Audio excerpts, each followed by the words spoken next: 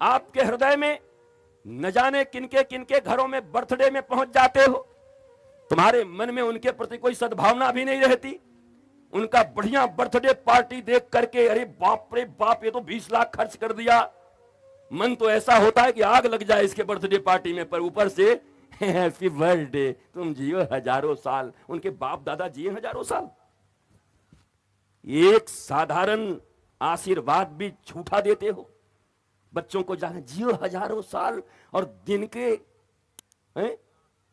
के साल के दिन हो 50,000 साल, कैलकुलेटर निकाल के करोगे तो पूरी गिनती नहीं आएगी। कोई जिया है तुम्हारे खानदान में इतना? कहीं को झूठा आशीर्वाद देते हो? किस लिए देते हो? बस नहीं गुरुजी परंपरा है। परंपरा क्या है? कौन सी परंपरा है? किसने बनाया है? भारत की आधी बर्बादी तो परंपराओं में हो गई। जिन परंपराओं का रेफरेंस शास्त्र से नहीं मिलता, वो परंपरा कैसी है? कहां की परंपरा है? जितने के जितने अधर्म धर्म के नाम पर आज फैले, वो केवल इन्हीं निर्मित परंपराओं के कारण तो फैले। रेफरेंस कोई नहीं देता। जिसको देखो शास्त्रों ने ऐसा कहा है। कौन सा शास्त्र कहा है? खड़ा हो जाओ, कहां है उसका रेफरेंस? नहीं महाराज जी, हम वो बी.आर. चोपड़ा के महाभारत में देखे थे। अब बी.आर. चोपड़ा के रेफरेंस से बताओगे? वो बताएंगे? बी.आर. चोपड़ा ने बहुत अच्छा काम किया। जो भारतीय नहीं जानते थे उनको प्रारंभिक जानकारी दे दी। पर मैंने उस दिन भी कहा था, उनका उद्देश्य 100 करोड़ लगाकर 1000 करोड़ कमाना है, तो वो उसमें मसाला डालेंगे, वो डायलॉग बदलेंगे, वो कॉस्ट्यूम्स को बदलेंगे, वो उसको ड्रामेटिक बनाएंगे। लेकिन ये ड्रामा देख करके अगर तुम शास्त्र को ऐसा समझ गए, अगर सीता जी को ऐसा समझ गए, अगर राधा रानी को ऐसा समझ गए, तो पतित हो गए तुम। पतन हो गया देश का, पतन हो गया धर्म का। इसलिए बॉलीवुड और ये टीवी सीरियल, ये प्रारंभिक जानकारी के लिए, जैसे तुम्हारे बच्चे किड जी में जाते हैं और बचपन स्कूल में जाते हैं, उस समय बच्चों को पढ़ाने के लिए नहीं भेजते, केवल मां से दूर रहना वो सीख जाएं, इसके लिए उनको बचपन स्कूल में भेजा जाता है कि 2 घंटे स्कूल में बैठना सीख जाएं। ये जो टीवी के सीरियल है और ये जो फिल्म है, ये बचपन स्कूल है। प्रारंभिक जानकारी ले सकते हो। इंटरेस्ट आ जाए तो जा करके बैठ जाओ और कहो कि मैंने वो सीरियल देखा, उसमें ऐसा ऐसा राम जी कर रहे थे, हे गुरुदेव हमको पूरा चरित्र बताइए। और गुरुदेव भगवान जब वाल्मीकि खोल करके और तुलसीदास का सहारा लेकर के तुमको बताएंगे, तब तुम्हारे भीतर में धर्म का प्रवेश होगा। नहीं तो ये टीवी अधर्म का भी प्रवेश करा सकता है। सावधान रहना। केवल प्रारंभिक जानकारी के लिए ये देख सकते हो, पर तुम्हारा तो पूरा धर्म टीवी पर टिका हुआ है। बैठे बैठे इतना रेफरेंस देते हैं लोग।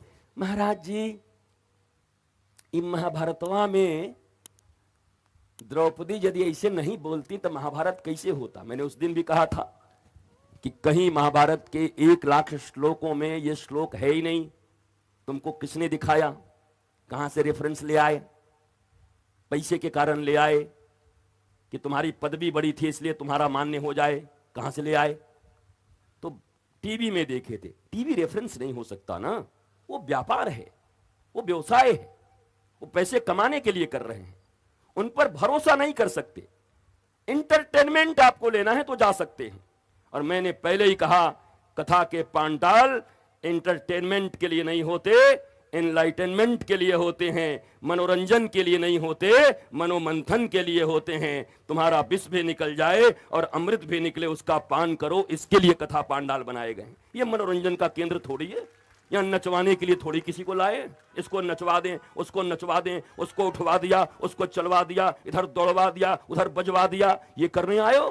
किस लिए आयो? ये तो बहुत सारी चीजें, जाके धमाका कहीं और करो, धमाल कहीं और करो। ये स्थान दिव्यता और पवित्रता के साथ जिन जनक के नगरी में कौन बैठता है? आविर्होत्र पिप्पलाद कौन बैठता है? गार्गी सांडिल्य कौन बैठता है? अष्टावक्र। ऐसे लोगों के साथ राजा जनक बैठ करके मीमांसा करते हैं। वहां मनोरंजन का साधन लेके नहीं बैठते वो। इसलिए उन जनक के यहां जनक पुत्री आती हैं, जानकी जी का आगमन होता है, पर उनके द्वार में आने वाले कौन लोग हैं?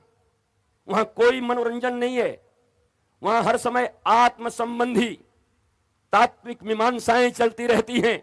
जीव कौन, ब्रह्म कौन, जगत क्या, कैसे इस मानवीय जीवन की सार्थकता को सिद्ध करें।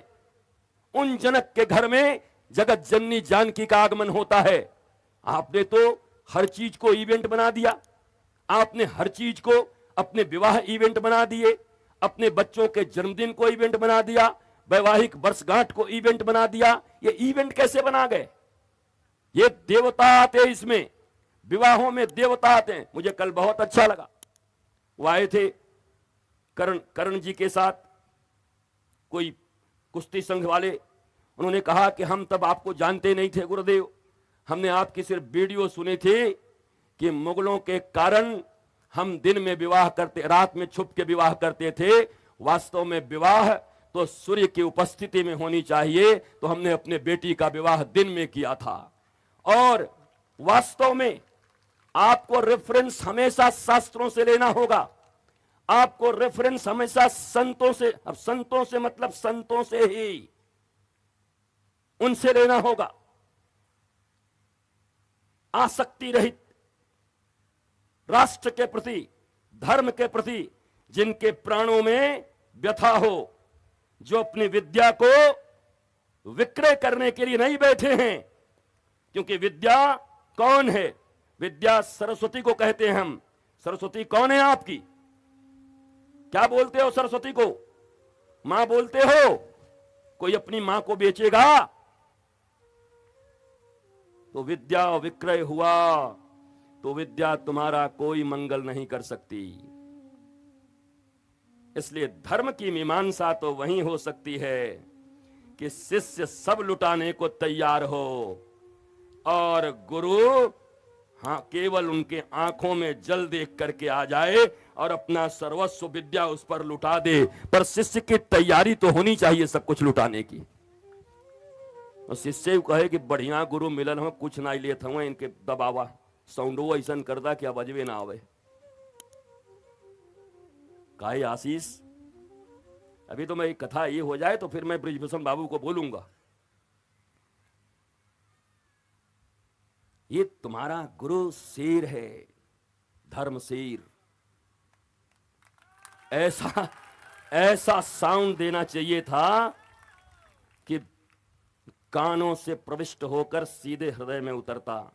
लेकिन मैं तुम्हारा इसलिए बहुत सराहना करता हूं और आशीर्वाद देता हूं कि झुंड में नहीं, तुमने अकेला ये करके दिखाया और आज पूरा जौनपुर और रामपुर कला इसका लाभ उठा रहा है, आनंद ले रहा है।